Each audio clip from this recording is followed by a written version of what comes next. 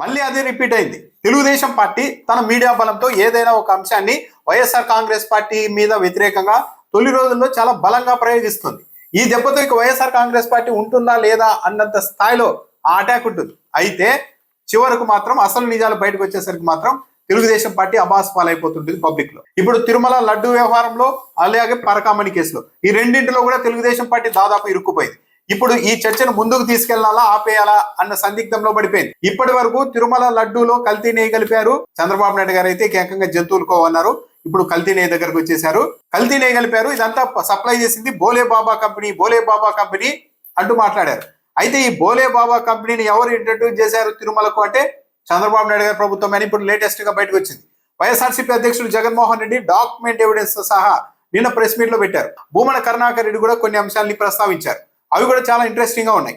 జగన్మోహన్ రెడ్డి చెప్పారు, ఈ బోలే బాబా కంపెనీ అన్నది 2018లోనే టీటీడీకి ఇంట్రడ్యూస్ చేశారు. అంటే అప్పుడు ఎవరు? చంద్రబాబు నాయుడు గారి ముఖ్యమంత్రిగా ఉన్నారు. తెలుగుదేశం పార్టీ నాయకత్వంలోనే టీటీడీ బోర్డు చైర్మన్ అంతా పనిచేస్తూ ఉన్నారు. అందరితో ఆగకుండా ఈ బోలే బాబా కంపెనీ ఇప్పుడు ఈ పేరు ఉంది, కానీ అంతకు ముందు దీని పేరు Harsh fresh dairy product private limited Uttarakhand.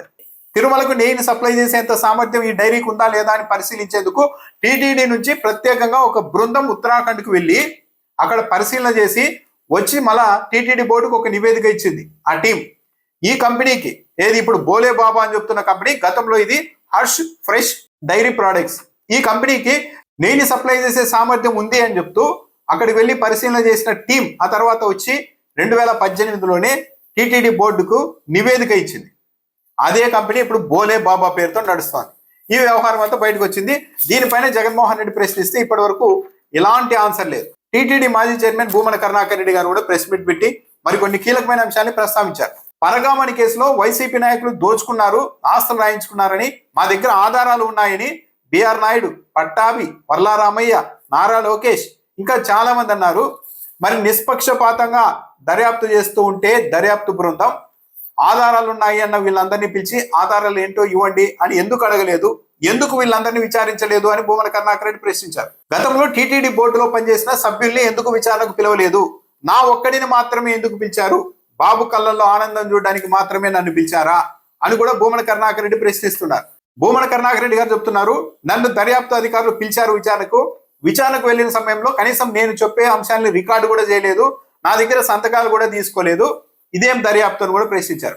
అంటే కేవలం భూమన కరుణాకర్ రెడ్డిని విచారణకు పిలిచారు అంటే ఓకే ఇతను ఏదో తప్పు చేశాడు, ఇతను ఏదో ద్రోహం చేశాడు స్వామివారికి అని బయటంతా ఒక ప్రచారం జరగడం కోసం మాత్రమే దర్యాప్తు చేశారు అన్నది భూమన కరుణాకర్ రెడ్డి గారి ప్రధాన అలిగేషన్. రవికుమార్ ఆస్తులు రాయించుకోవడం తప్పు అంటున్న చంద్రబాబు నాయుడు టీడీపీ ప్రభుత్వం మరి అవి అవినీతి సొమ్ములు రాయించుకోవడం తప్పు అన్నప్పుడు తిరిగి దాన్ని ఎందుకు ఇవ్వడం లేదు, ఇంకా టీటీడీ దగ్గరే ఎందుకు పెట్టుకున్నారు అని కూడా భూమన కరుణాకర్ రెడ్డి ప్రశ్నిస్తూ ఉన్నారు. ఈ దేశంలో వేలాది మంది స్వామికి ఆస్తులు రాయిస్తూ ఉంటారు. ఆ ఆస్తులన్నీ వారికి ఎలా వచ్చాయి అని పరిశీలన చేసి తీసుకునే రూలు టీటీడీలో లేదు. ఎవరిచ్చినా సరే స్వామి మీద భక్తితో భయంతో ఏదో విధంగా ఆస్తులు ఇస్తే వాటిని తీసుకోవడం వరకే టీటీడీ బాధ్యత.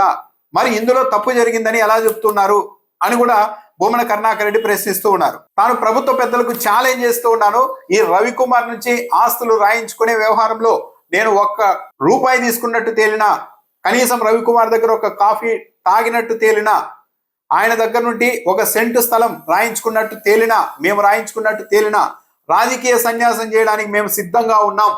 తెలుగుదేశం పార్టీ వాళ్ళు చేసిన ఆరోపణలకు కట్టుబడి ఉన్నారా అని కూడా భూమన కరుణాకర్ రెడ్డి ప్రశ్నించారు. ఈ పరకామణి కేసులో మాకు వ్యతిరేకంగా ఎలాంటి ఆధారాలు దొరకపోయేసరికి కింది స్థాయి పోలీసు అధికారులను బెదిరించే ప్రయత్నం చేస్తున్నారు. వాళ్ళ ద్వారా ఏదో ఒకటి చేయించాలి, ఏదో ఒకటి వాంగ్మూలాలు తీసుకోవాలి అనుకుంటున్నారు. అలా సహకరించని వాళ్ళపై ఏసీబీ దాడులు కూడా చేయిస్తామని చంద్రబాబు నాయుడు ప్రభుత్వం బెదిరిస్తోంది. ఆ దిశగా కూడా ప్రయత్నాలు చేస్తోందని భూమన కరుణాకర్ రెడ్డి ఆరోపించారు. అయితే అన్నింటికంటే ప్రధానమైన అంశం ఏంటంటే, మొత్తం తేలిపోయే అంశం ఏంటంటే, వర్లారామయ్య గారు ఒక జడ్జి పేరు ప్రస్తావించారు. ఒక పెద్ద జడ్జి దీంట్లో ఇన్వాల్వ్ అయ్యి ఆయన ఒత్తిడి చేస్తేనే కింద ఈ రాజీ కుదిర్చారు పరకామణి కేసులో అని అన్నారు. ఆ జడ్జి పేరు చెప్తే తెలిపోద్దు. వైసీపీ వాళ్ళు ఇంకా సంయమనం పాటిస్తూ ఉన్నట్టున్నారు. ఆ జడ్జి పేరుని ఎవరు ఆ జడ్జి అన్నది చాలా హై సర్కిల్లో చర్చ జరుగుతోంది. ఒకవేళ ఆ జడ్జి పేరుని కనుక బయట పెడితే తెలుగుదేశం పార్టీ ఇంకా ఆ రోజుతో పరకామణి కేసులో పబ్లిక్ కి తన ముఖం కూడా చూపించలేదు. ఎందుకంటే ఆ న్యాయమూర్తికి తెలుగుదేశం పార్టీకి అంత దగ్గర సంబంధాలు ఉన్నాయనేది జగమెరిగిన సత్యం. అంటే ఆయన న్యాయమూర్తిగా ఉండి తెలుగుదేశం పార్టీ కోసం పనిచేశాడని చెప్పడం కానీ అంతకు ముందు కావచ్చు తర్వాత కావచ్చు ఎక్కువగా తెలుగుదేశం పార్టీ వాళ్ళతో తిరుగుతూ ఉంటారు. ఆ జడ్జి పేరు చెప్తే అయిపోయింది ఈ కేసు పని. కానీ తెలుగుదేశం పార్టీ వాళ్ళు ఆ పని చేయడం లేదు. కేవలం ఒక జడ్జి ఉన్నారంటున్నారు కానీ జడ్జి పేరు చెప్పడం లేదు. అదే ఆ జడ్జి ఒక రెడ్డి అయి ఉంటే, అదే జడ్జి జగన్మోహన్ రెడ్డి కుటుంబ సభ్యులతోనో పాత సంబంధాలు కొత్త సంబంధాలు ఉండి ఉంటే ఈ పార్టీ పెట్టేసేవాళ్ళు. న్యాయమూర్తి కాబట్టి ఆ పేరు బయటకు చెప్పడానికి తెలుగుదేశం పార్టీ వాళ్ళు భయపడుతున్నారేమో అనడానికి లేదు.